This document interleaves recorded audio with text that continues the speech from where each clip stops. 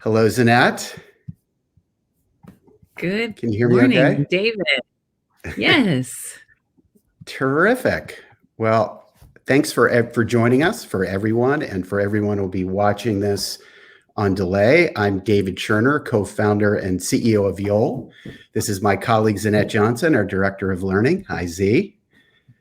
Hello. And we are here today to introduce a new leadership program called Courage, an initiation for people who lead, which is a 3-part experiential program developed and facilitated by Zanette for senior and emerging leaders. And for those of you who are new to Yole, we are a corporate learning and well-being company based in Mill Valley, California.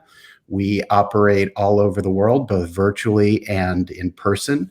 We've been around since 2014, and we offer programs that elevate leaders and are designed to help employees and teams reduce stress and burnout and increase compassion, performance, connection, and productivity. And what we're going to do today is first take a few moments to arrive, and then we'll get a little context from Z on Courage, who it was created for, why we believe it's imperative for today's business leader, what the outcomes are likely to be for participants and also for people departments. And we'll review a little bit on the structure of the program, and then we'll open it up for questions, which you can add into the chat or the comments. So I'm going to turn it over to Zanette. Good morning. Welcome, everyone. I'd like to invite you to just begin with some simple arriving practice.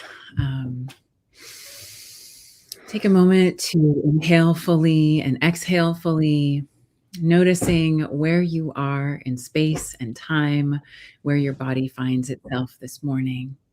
Perhaps you'd like to get more comfortable in your seat, let your feet rest on the floor. Start to notice the breath so that we can really begin in the here and now.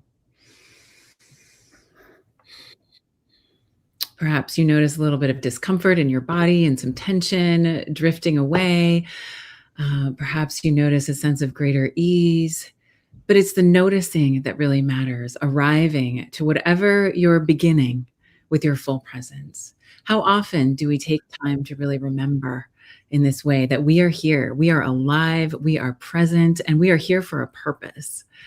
This kind of practice to arrive mindfully to whatever the next phase is that we're transitioning to is an incredibly powerful strategy. And that's really what we are using as a foundational approach in the Yole program. The foundation of presence, it amplifies the good in everything. And we're going to keep inviting you on the journey with Yole to notice that quality of mindful awareness and observing with close attention what it can do for you as a person who leads. Thanks, Z. Tell us a little bit about how this program came about, how it evolved to where it is today.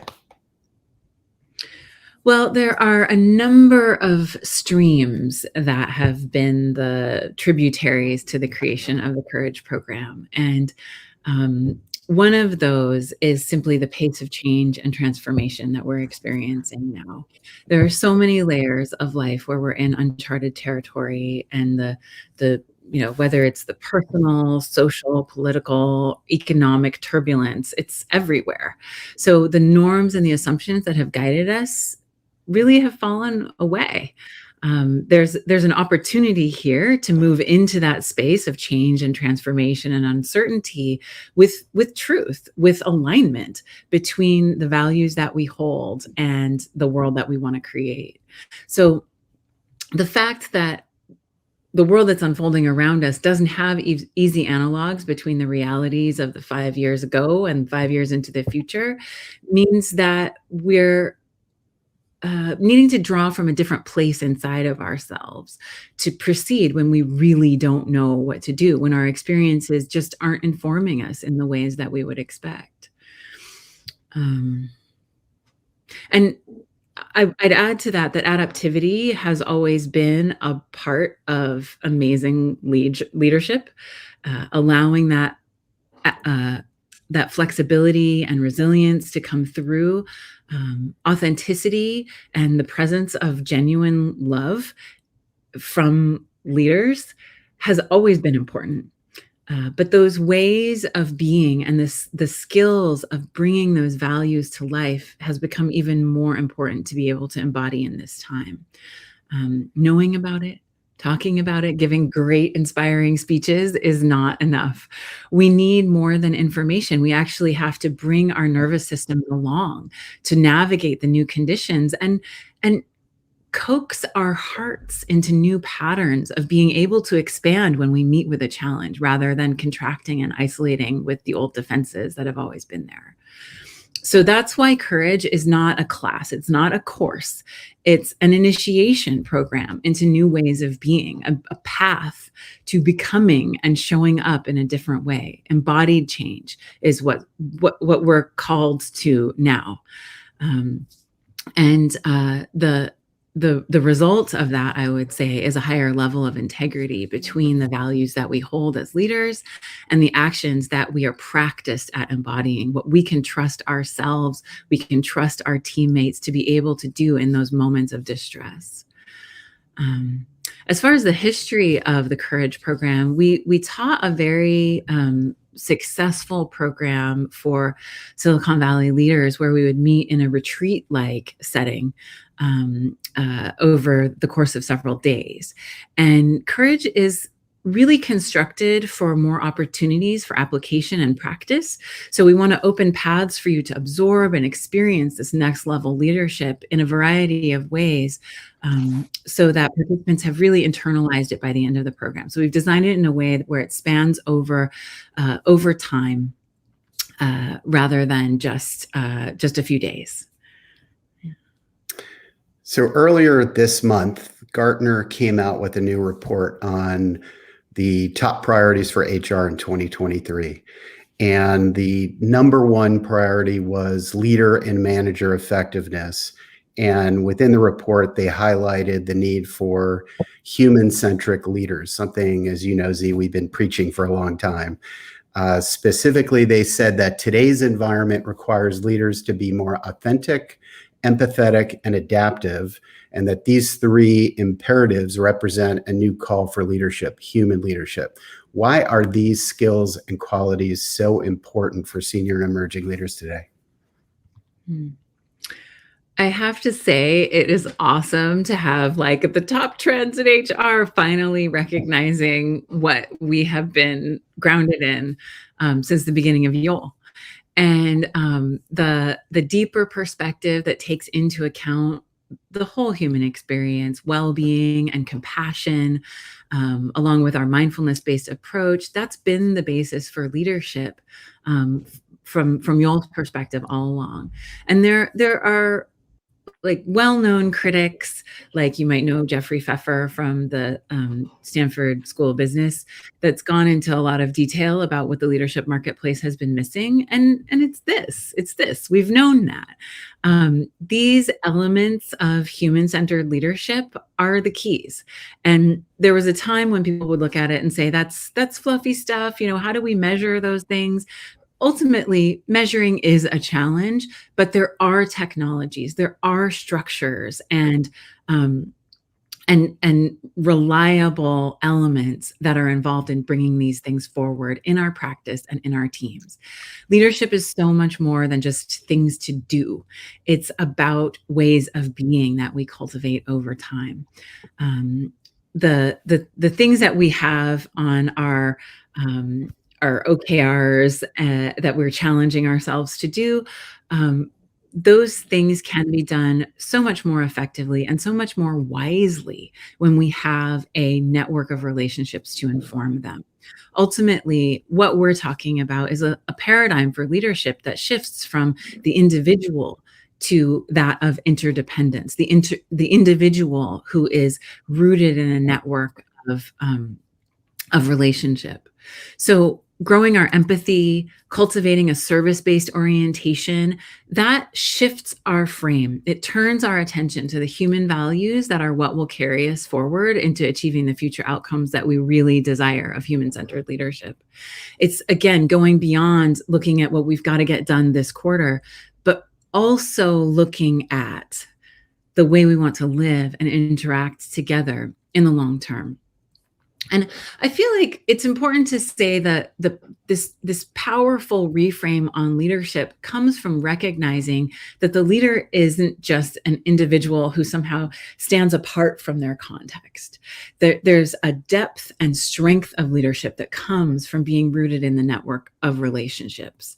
And the leadership metaphor that always comes up in our courses is people say, oh, well, we think of the leader as the ship captain who's standing on deck shouting commands, and then the chain of command has to put things into place. And really, that leader is a lot more like a tree in a forest.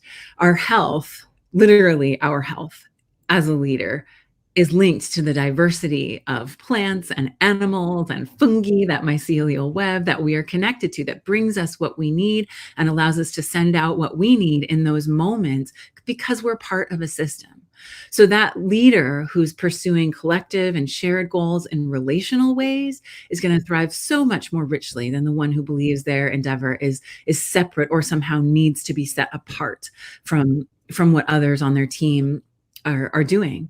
And this is also why curiosity matters. This is why joy matters. This is why trust matters, because we are in a matrix of relationship. We have to be able to trust one another in order to function optimally. And all the more so to get into those flow states where we're really learning and able to tap into our innovative and creative minds and truly enjoy the work that we're doing. So we get the intrinsic satisfaction that makes us want to keep going. I mean, you don't even have to worry about engagement in an environment where there's a relational matrix that's strong. So people who lead, this is a reframe. What types of professionals can this training benefit? So if someone was thinking about buying this program for a company, where should it be optimally placed within the enterprise? What level should companies pilot it at? Sure. I would say that this program was specifically created for senior leaders and emerging leaders. That's those people who have come up within a more, I'll just say, like a static leadership paradigm, and are waking up to the fact that we are in a transition and it's time to get new inputs, new information, and start to learn new ways of being. And it's also for those who have figured out that workplaces now are a lot different than they were raised to expect. And it's also right for a company that's beginning to identify that they need to work directly on increasing teams' ability to adapt to change. The kind of adaptability that comes from the inner resources of the team members, from the professionals, that's the real resource. The team is as strong and as resilient and as adaptive as the people who make it up. So this program is meant to get to the next level in supporting the ecosystem of the team. I would say there are also other companies that might be interested in this program because they have a specific challenge. They've identified key values that are important to them, but have realized that those values aren't really playing out in the everyday context of the team. They're kind of up here and not really being operationalized yet. So this program can specifically benefit those teams that know they need to do something different in order to bring their values to life, and bring those values out of the kind of latent up on the wall stage into the shared vocabulary and into the actual practices and routines of what people are doing to relate to one another. Got it. I know everyone wants to hear about outcomes. What's the ROI of this program? What can companies expect from this offering for their senior and emerging leaders? I believe that the top headline here is increasing your team or your company's ability to adapt to change. That's all of the ingredients in the recipe that we put together in this program are focused on that as a key outcome.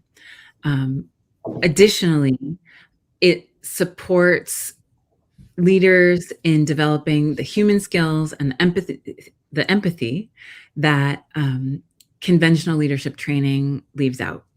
And as I noted before, bringing the company values out of the shadows and starting to discuss how we operationalize those and make them meaningful in the context of people's daily life. I would say that for specific individual participants, there's an opportunity to really build skill in making the translation between how do I want to show up as a person who leads, and what am I actually doing and saying and feeling and signaling to others on a daily basis.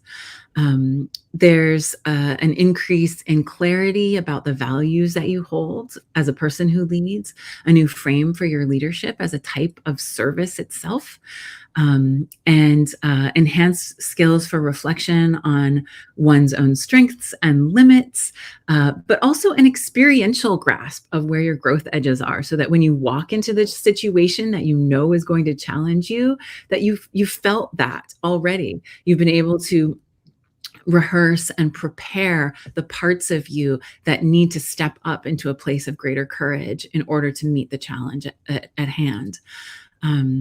A greater self-awareness of how you use your voice, when you use it, and a greater self-awareness of your own relationship with power. When you choose not to wield it because you're uncertain, and when you do wield it, what the effects and impacts of that are on other people. So that's, a quick review. Terrific. Terrific. Well, let me just interject and quickly say how excited we are to be adding this program to our leadership portfolio. When the pandemic began, we started delivering and really focusing on virtual well-being programs, including resilience programming and emotional intelligence, mindfulness, and DEIB programming, and some movement programs initially designed for intact teams working from home. And now that we're starting to do in person again, we've been excited about returning to our roots and beginning to offer integrated and experiential leadership programs again, like this one. And while all of our programs are designed to meet people where they are, they can be delivered online, offline, on-site, or off-site. The magic of combining nature with well-being or somatic programming and shared service experiences with the learning is back. And we've always believed and seen the results of offering programs like this. They're truly powerful and unique learning experiences that offer participants these added visceral moments of connection to each other and to the content they've come for, which makes it so much more powerful. It also makes the retention of the content that much more pronounced, and they walk away with these experiences that will never leave them. So anyway, I'll get off my soapbox now. Z, take us through the program structure for each of the three modules of Courage. It's true, David. It's not just a soapbox. Like, that is why I love to teach y'all, is that there is a magic to how the synergy between all the experiences and the flow state and the learning and the connection between the team. And every chance we get, I'm in for the retreat version of these programs. I'm sorry, you were going to ask me a question. Yeah. So the program structure, we'll talk about a little bit about the program structure for each of the modules of Courage. So the Courage program is organized around what I think of as a recipe for a person who leads amazingly with courage. And I would say that without these ingredients, you just can't get that outcome. And there are other ways to acquire it as well, besides this recipe. But these are some of the essentials. Module 1 covers the foundational ground of mindfulness practice. And we've heard a lot about that out there these days. But the truth is, mindfulness is a broad spectrum strategy that gets the meaningful results right away in terms of resilience and adaptability, and in the long term, because once you start attending to that quality of mindful awareness and tracking it in your life, you start to realize there's infinite depth there. You could spend a lifetime practicing mindfulness, and still it opens into caverns of greater realization of, oh, there's more self-compassion, there's more depth to this love and to this patience that comes from the well of presence. And it applies to every domain of life. So mindfulness is the foundation where we begin, and then we start to explore what we mean by courage itself. What's the definition for our context, for our practice? And we add in another ingredient, which is knowledge of how to direct your attention with intention, how to generate and use flow states deliberately in your personal practice and in your practice of leading, supporting your team in creating, in recognizing flow states and creating those flow states for themselves. We weave it all together with reflection and applied practice. And then module 2 introduces the concept of working with intrinsic satisfaction. We add in the ingredient of how we can weave joy into the practice of leading authentically. There's so much power in raw emotion, and that has really been marginalized in the workplace. We've missed out on the power of emotion to activate and motivate. So bringing joy into the workplace is one of those places we begin. Cultivating and clearing space for curiosity is another ingredient that we add, increasing our sensitivity to those moments and opportunities for the curious. And then we move on to building trust as a tangible, measurable, embodied quality, something we can feel with our 5 senses and in our interpersonal interactions, as well as within our own bodies. We can grow that trust from seed within our team. And that practice is something we cover in module 2. Module 3 builds on that mindfulness foundation and the trust we've now actually constructed for ourselves and for our teams already. And then it moves our attention outward to the relationships that exist in the contexts where we are leading. So using voice in alignment with your values is a core concept here, along with becoming aware of those shadow elements and the unconscious beliefs that have circumscribed your ability to embody the power that you have as a person who leads. Power comes not just from what we do, it also comes from who we are.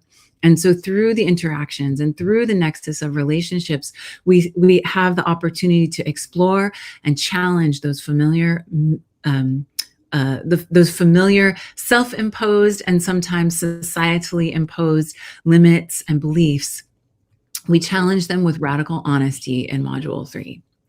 So as far as the structure, each module has about 6 hours of content, of learning that is ideally spread over 4 weeks so that you have time for practice and application and integration.